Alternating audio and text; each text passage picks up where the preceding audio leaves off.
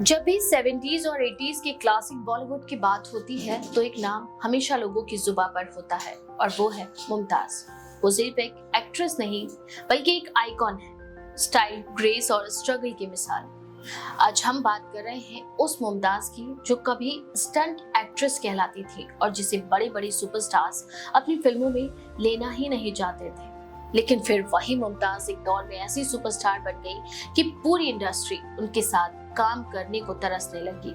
मुमताज ने अपने फिल्मी करियर की शुरुआत दारा सिंह के साथ की थी। उस समय उन्हें सिर्फ एक स्टंट एक्ट्रेस माना जाता था।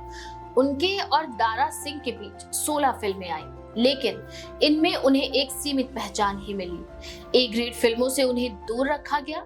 निर्माताओं और अभिनेताओं का मानना था कि मुमताज केवल एक्शन हीरो के इर्द गिर्द घूमने वाले रोल्स के लिए ही ठीक है, लेकिन किसी लीड हीरोइन की गहराई नहीं ला सकती। एक ऐसा दौर भी आया जब शशि कपूर, देव आनंद, संजीव कुमार, जितेंद्र जैसे सितारों ने ये कहकर फिल्में छोड़ दी कि वे मुमताज के साथ काम ही नहीं करेंगे। लेकिन कहानी में ट्विस्ट तब आया जब मुमताज को फिल्म सच्चा झूठा में लिया गया और शशि कपूर ने इसे किनारा कर लिया। उनकी जगह राजेश खन्ना को लिया गया और फिल्म सुपर डुपर हिट हो गई। यही वो मोड़ था जब मुमताज की किस्मत ने करवट ली और वो रातों रात सुपरस्टार बन गई। राजेश खन्ना और मुमताज की जोड़ी ने 70s में बॉक्स ऑफिस पर कई ब्लॉकबस्टर हिट्स दी। पर्दे पर उनकी केमिस्ट्री शानदार थी और पर्दे के पीछे भी काफी चर्चित। कहा जाता है कि राजेश खन्ना मुमताज को प्यार से मोटी कहकर बुलाते थे और उनके लिए काफी पजेसिव भी थे।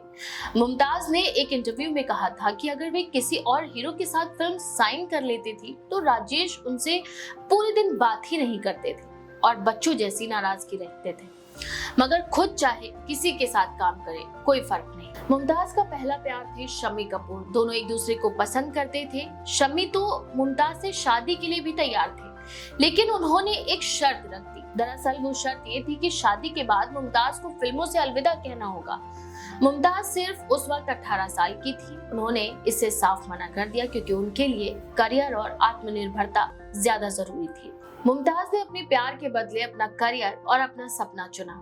मुमताज को स्टंट एक्ट्रेस की छवि से निकालकर एक सशक्त लीड एक्ट्रेस के तौर पर पहचान दिलाने का काम किया दिलीप कुमार जी ने।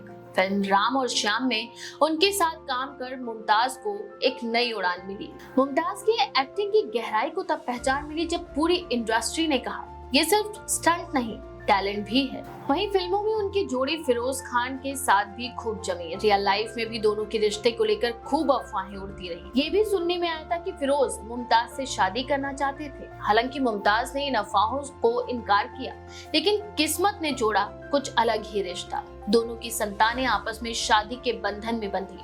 मुमताज की बेटी नताशा और फिरोज खान के बेटे फरदीन खान की शादी ने इन चर्चाओं को एक नया ही मोड़ दे दिया।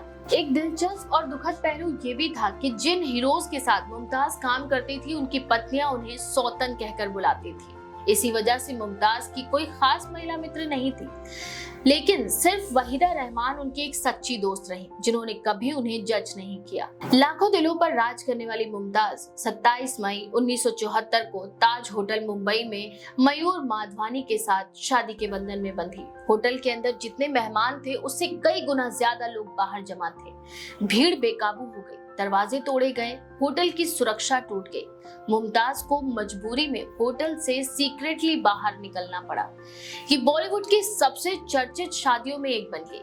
जाहिर है ये बात इतना बताने को काफी है कि मुमताज को लेकर उनकी दीवानगी किस हद तक लोगों में थी कि जो भी उन्हें एक नजर देख लेता था उनका दीवाना हो जाता था। कैंसर को मात देने वाली मुमताज की कहानी इतनी बड़ी है जिसे हजारों शब्दों में भी समेटा नहीं जा सकता। मुमताज की दीवानगी कल भी थी, आज भी है और कल भी रहेगी। ये कहानी है खुद पर यकीन रखने की, सिस्टम को चैलेंज करने की और दुनिया को अपनी शर्तों पर जीतने की।